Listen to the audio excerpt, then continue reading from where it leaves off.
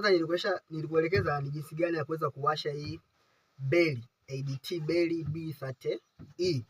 Sasa nataka nikuelekeze kwenye control panel vitu vingine ambavyo vinahusiana kama kuwasha AC, kwenda mbele, kurudi nyuma, matumizi ya retarder.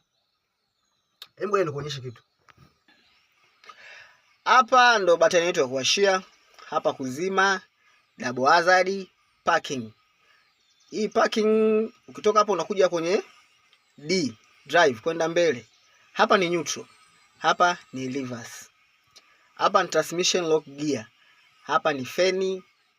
Hapa ndio ina maana kuanzia 1 mpaka 6 ukiangalia hivi 1 2 3 4 5 6 ni upande wa AC. Sasa mimi naongelea hapa leo jinsi ya kuwasha. Kwanza utawasha upande wa feni yako, utawashia hapa.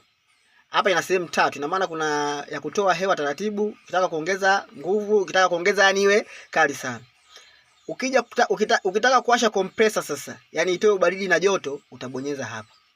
Ukishabonyeza hii, ukishawasha compressor yako, hapa kuna upande wa temperature. Kwa hiyo ina maana hapa ni kupunguza, hapa kuongeza.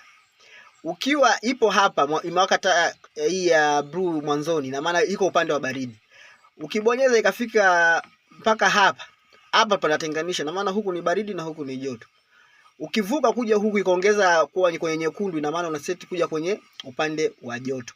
Hapa ni sehemu ya kuseti kwenye ventilation. Ventilation ina maana kwamba itolee juu au itolee juu na chini au itoe zote kwa pamoja. Hapa ni mzunguko wa ndani, kwamba iwe inapuliza hewa inazunguka ndani mumu. Au kama hujaiwasha na maana itakuwa inavuta hewa kutoka nje kuingia ndani. Na hapa ni upande wa taa, hapa upande wa beacon.